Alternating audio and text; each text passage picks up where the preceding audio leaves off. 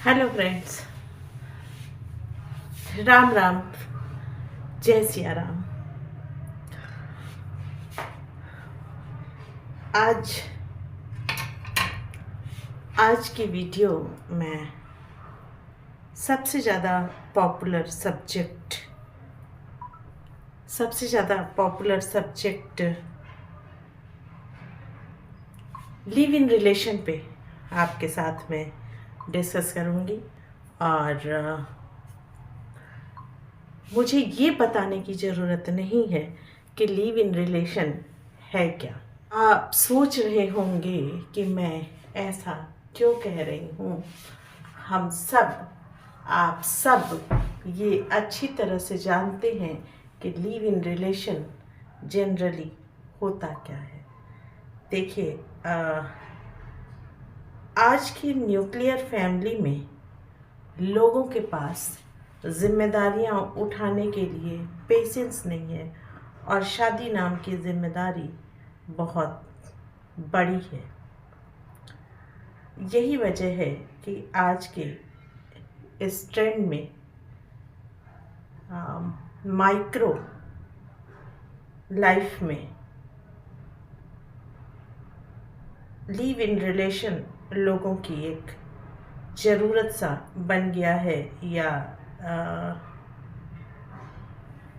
यूँ कहें कि लोगों ने इसे क्रिएट किया है अपने आप को जिम्मेदारियों से, सामाजिक बंधनों से मुक्त रखने के लिए। तो आइए हमेशा की तरह पहले एक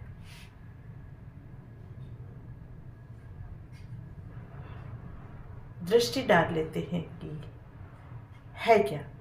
वह मूर्ख लड़की उस लड़के के साथ लिव इन रिलेशनशिप में रहती थी।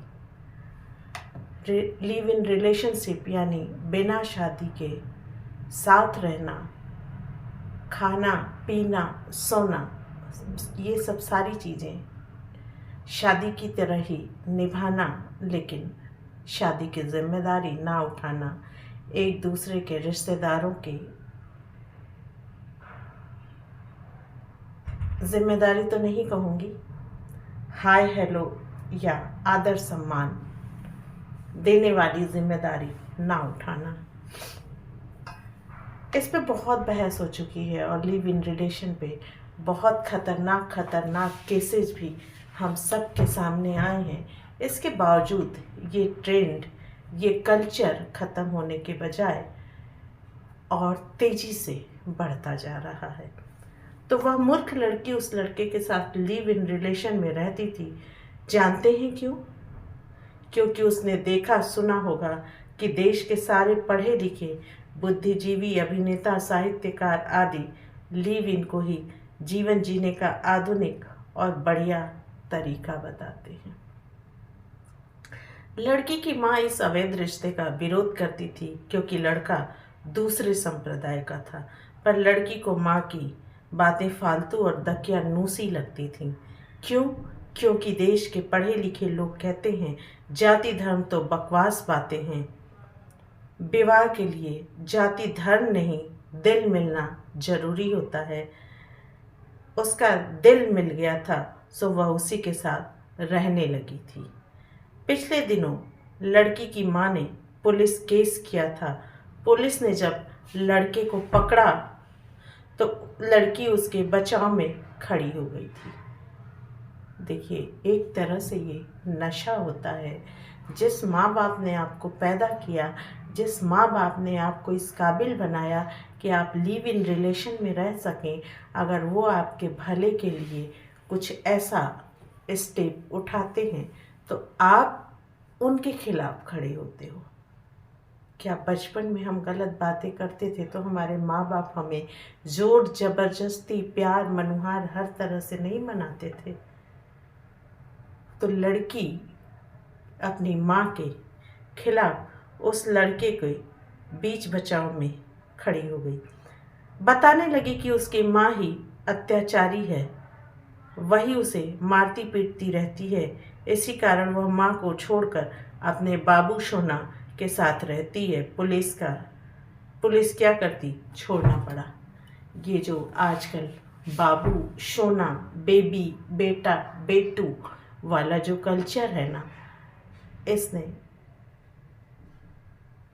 माँ बाप बनकर अपनी जिम्मेदारियों से मुंह मोड़ना सिखा दिया। हाँ, तो अब बात यह है कि एक दिन लड़के का मन भर गया। नकली सामान 4 दिन नहीं टिकता, तो नकली प्यार कितना टिकेगा? बात भी बिल्कुल वाजिब है। मन भर गया तो प्रेम मारपीट में बदल गया। बेल्ट लगभग रोज ही। एक दिन लड़के ने लड़की को खूब मारा, हाथ पैर बांध कर मारा, पूरे शरीर पर दाग हो गए, तो दागों पर नमक छिड़क कर मारा। अब मैं पूछना चाहूँगी, प्यार कहाँ है? क्या प्यार जिससे आप प्यार करते हैं उसे प्रताड़ित करने की इजाज़त देता है? आपका दिल इस बात के लिए हामी भरता है कि जिसके लिए कभी आप रातों रातों को जग के बातें करते थे, उसके साथ आप ऐसा करें? कभी जिसे पाने के लिए आप सारी दुनिया से लड़ने को तैयार थे, क्या आप उसके साथ ऐसा करें? नहीं ना। किसी ग्रंथ, किसी किताब में, किसी कल्चर में ये नहीं लिखा है। तो अगर इस तरह की स्थिति होती है तो जाहिर सी बात है उसकी नींव प्रेम नहीं, कुछ और था। मैं आकर्षण भी नहीं कहूँगी, कुछ और था। पूरे शरीर पर दाग हो गए, तो दाग पर नमक छिड़क कर मारा, मिर्च पाउडर छिड़क छिड़क कर। यही वह प्रेम है जिसके लिए लड़की ने माँ को छोड़ा था। ये वही प्रेम है जिसके लिए लड़की ने माँ को छोड़ दिया था, और उस लड़के के बचाव में वो खड़ी हो गई थी अपने माँ के विरोध में। ये जो लिव इन रिलेशन का जहर समाज में घुला हुआ है, ये सामाजिकता, चरित्र हनन और अपराध को दिन पर दिन बहुत तादाद में बढ़ाता चला जा रहा है। अभी रुकिए, जब घाव पर मिर्च पाउडर पड़ता तो लड़की चीख पड़ती। बताइए कितनी बुरी बात है। कोई बेचारा प्रेम दिखा रहा है और आप चीख रहे हैं। इसी प्रेम की कामना के लिए ना लिव इन रिलेशन में गए थे। तो जब अब वो आपको वो प्रेम दिखा रहा है तो फिर आप हाय हल्ला हल्ला हाय तौबा क्यों मचा रहे हैं? प्रेम से स्वीकार कीजिए, क्योंकि ये तो प्रेम है। आप उसके प्यार के लिए पागल हुए जा रहे थे, अपनी माँ की भी नहीं सुने, पिता की भी नहीं सुने। तो यही वो था जो आपको चाहिए था, जो आपकी ज़रूरत थी। तो जब ज़रूरत पूरी हो रही है तो फिर इनकार कैसा? एनीवे, बताइए कितनी बुरी बात है। कोई बेचारा प्रेम दिखा रहा है और आप चीख रहे हैं। उसे गुस्सा नहीं आएगा? उसे गुस्सा आया, उसने लड़की के होठों पर फेविक्विक लगा दिया, होंठ ही चिपक गए। अब चीखो, आवाजें नहीं निकलेगी।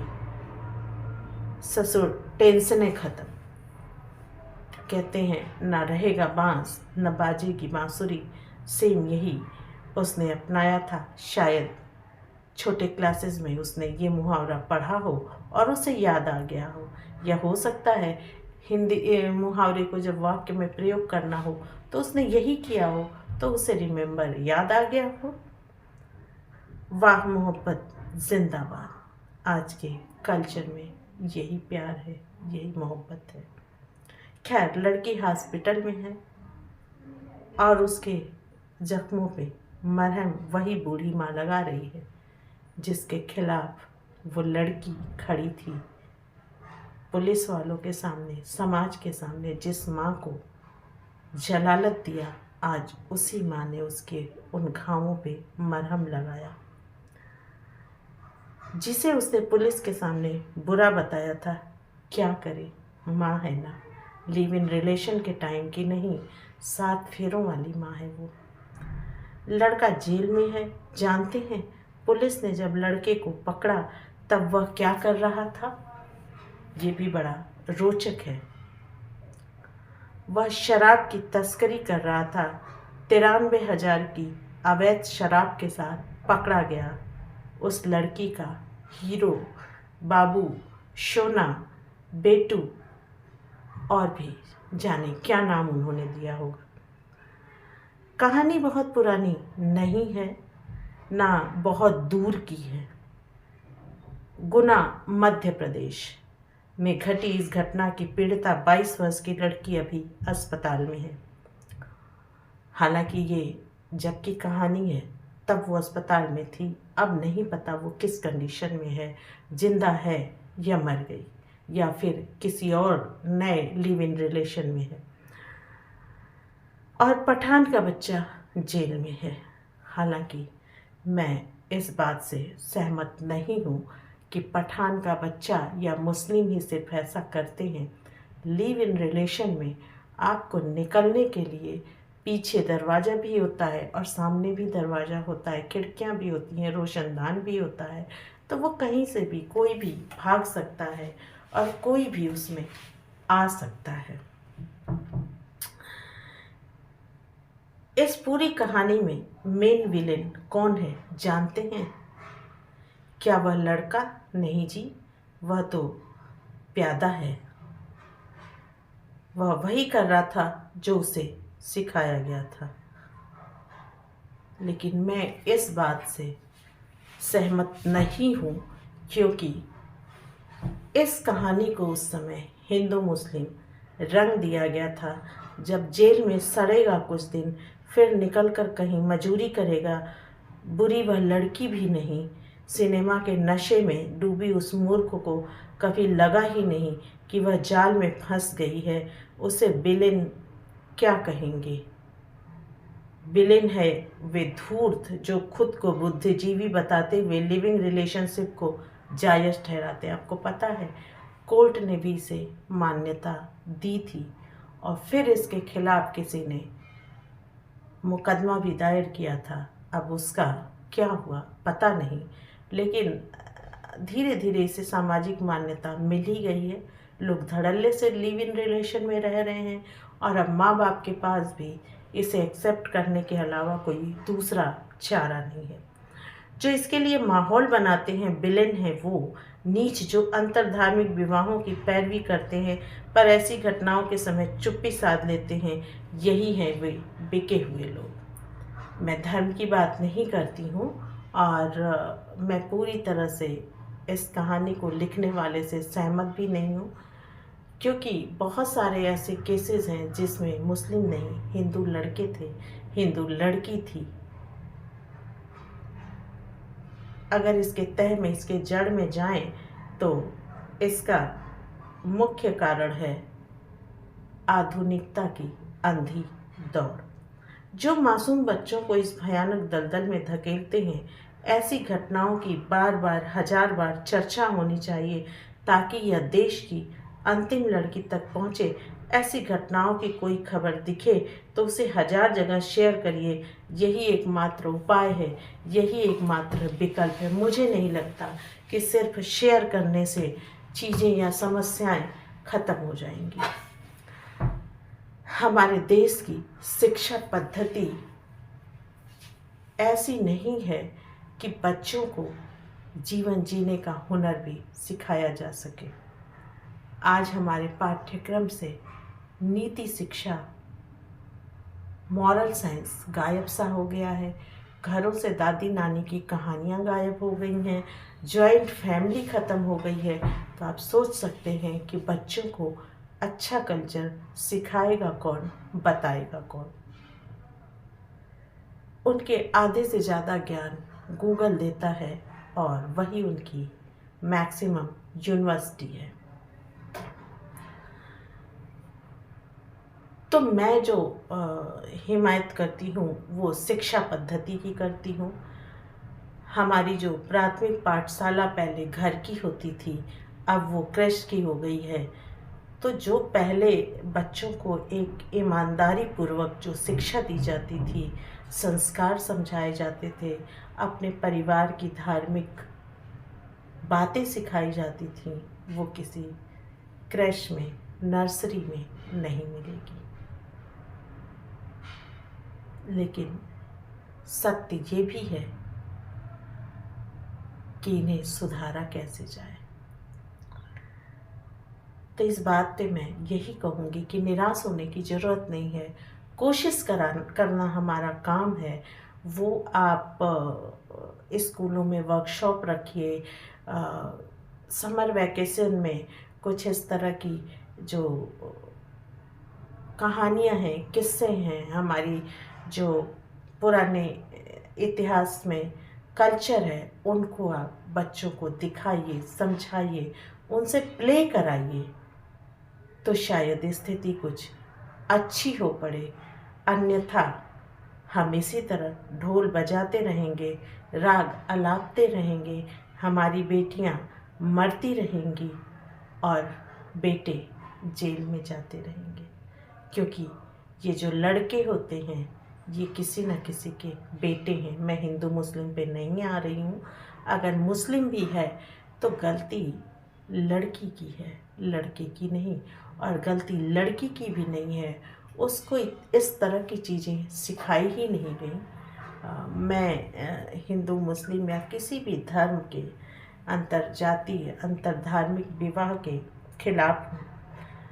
इसलिए नहीं कि मैं अन्य धर्मों से नफरत करती हूँ, मैं सभी धर्मों का मान करती हूँ। लेकिन जो हमारे धर्म के माइंडसेट हैं, जो हमारे कल्चर हैं, किसी अन्य धर्म में आप अगर जाते हैं तो आपको वो चीज़ें फॉलो करनी पड़ती हैं। फॉर एग्ज़ाम्पल, अगर हम किसी शाकाहारी परिवार की लड़की किसी मुस्लिम परिवार में जाती है तो वहाँ उसको वो कल्चर फॉलो करना पड़ेगा, उसे नॉनवेज खाना पड़ेगा। आप अगर कहेंगे कि ये कोई ज़ोर ज़बरदस्ती नहीं है, तो ऐसा भी नहीं है। हम अपने हिंदू में भी देखते हैं कि लड़की किस घर से है, उसके घर का क्या कल्चर है, वो मायने नहीं रखता। उसके ससुराल में क्या कल्चर है, क्या खाया जाता है, क्या पकाया जाता है, उसे वो ही अपनाना पड़ता है। शायद शिक्षा की वजह से ये भी एक वजह है परिवारों का टूटना, बिगड़न या इन लॉज के साथ ना रहना। एनीवे, एक क्वेश्चन छोड़े जा रही हूँ, आप सोचिएगा, कमेंट में बताइएगा, क्या लिव इन रिलेशनशिप आज की आधुनिक ट्रेंड में, आज के आधुनिक समाज में ज़रूरी है और स्वेच्छा से इसकी इजाज़त दे देनी चाहिए। टेक केयर, अपना ख्याल रखिएगा और सब्सक्राइब करना ना भूलिएगा। जय सिया राम।